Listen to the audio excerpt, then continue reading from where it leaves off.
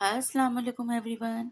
Welcome back to my YouTube channel. आज मैं अपने चैनल पर आप लोगों के लिए बहुत ही मज़ेदार से बीफ तंदूरी टिक्का कबाब की रेसिपी शेयर करने आई हूँ, जो बहुत ही टेस्टी और बहुत ही आसानी से घर में बन के तैयार हो जाता है। एक बार आप लोग इस रेसिपी से ये तंदूरी टिक्का कबाब ज़रूर ट्राई कीजिएगा। और इसके साथ सर्विंग में हमने जो पूरी पराठा सर्व किया है उसकी रेसिपी भी मेरे चैनल पे मौजूद है।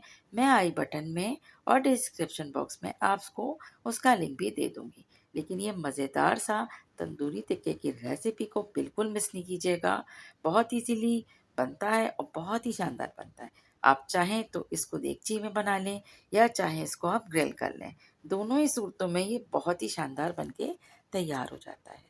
रेसिपी को स्टार्ट करने से पहले मेरी आप लोगों से एक बहुत ही छोटी सी रिक्वेस्ट है कि रेसिपी को फुल वॉच कीजिएगा।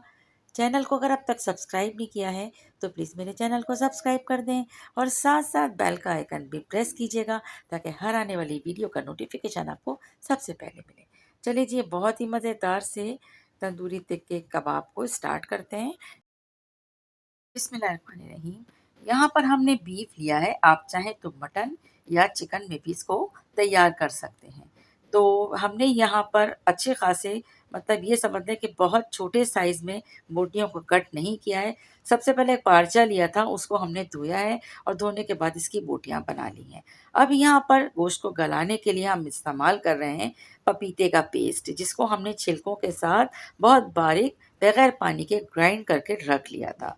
अच्छा जी, ये हमने ऐड किया है तकरीबन, यहाँ पर हमने 700 ग्राम हमारे पास ये बीफ की बोटियाँ हैं, इसमें हमने 2 टेबल स्पून के करीब पपीता ऐड किया है।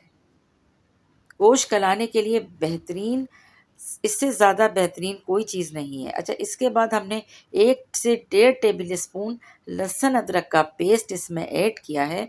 लहसुन अदरक का पेस्ट गोश्त की स्मेल को ख़त्म करेगा, इसको स्किप नहीं कीजिएगा।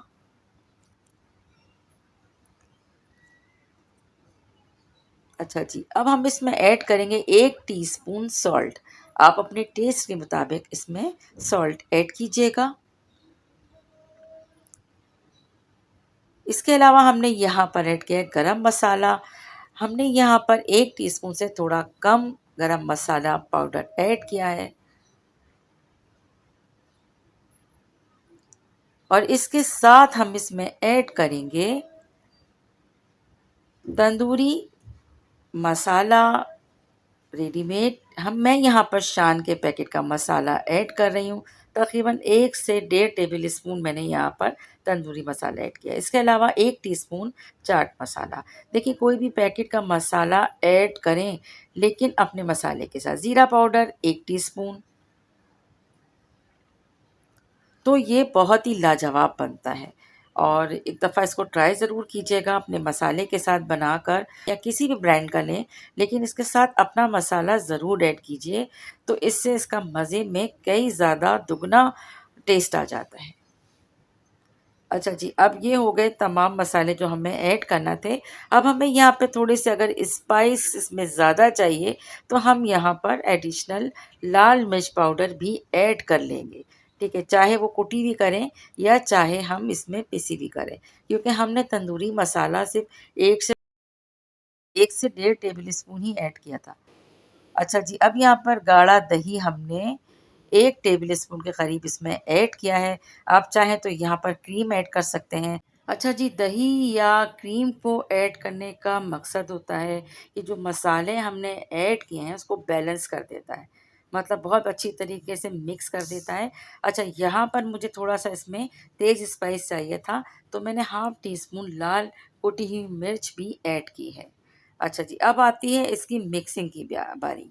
इसको हमने तकरीबन 1 से 2 मिनट तक अच्छी तरह से हाथों से मिक्स करना है। आप चाहें तो ग्लव्स पहन सकते हैं और इसको हाथों से अच्छी तरह से इस तरह से मिक्स करना है कि तमाम जो मसाले हमने लगाए हैं वो बोटियों में अच्छी तरह से शामिल हो जाए।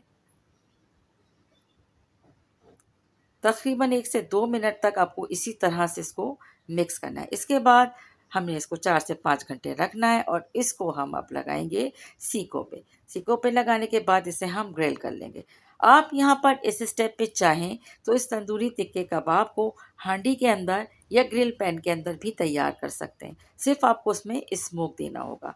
मैं यहाँ पर इसे अंगीठी के ऊपर तैयार करूँगी क्योंकि यहाँ पर आज मेरा बारबेक्यू का बहुत मूड हो रहा था, मौसम अच्छा था, तो मैंने कहा चलो जी आज तंदूरी टिक्का कबाब बनाया जाए।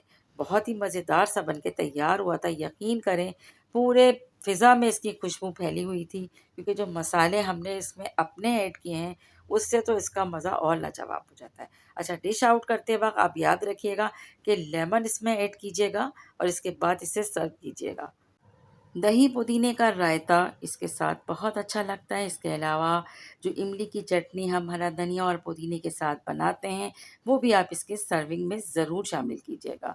तो मज़ेदार सी तंदूरी टिक्का कबाब की रेसिपी आपको पसंद आई है तो इसे ज़्यादा से ज़्यादा शेयर करें, लाइक करें, चैनल को सब्सक्राइब करना भी याद रखें। Thanks for watching.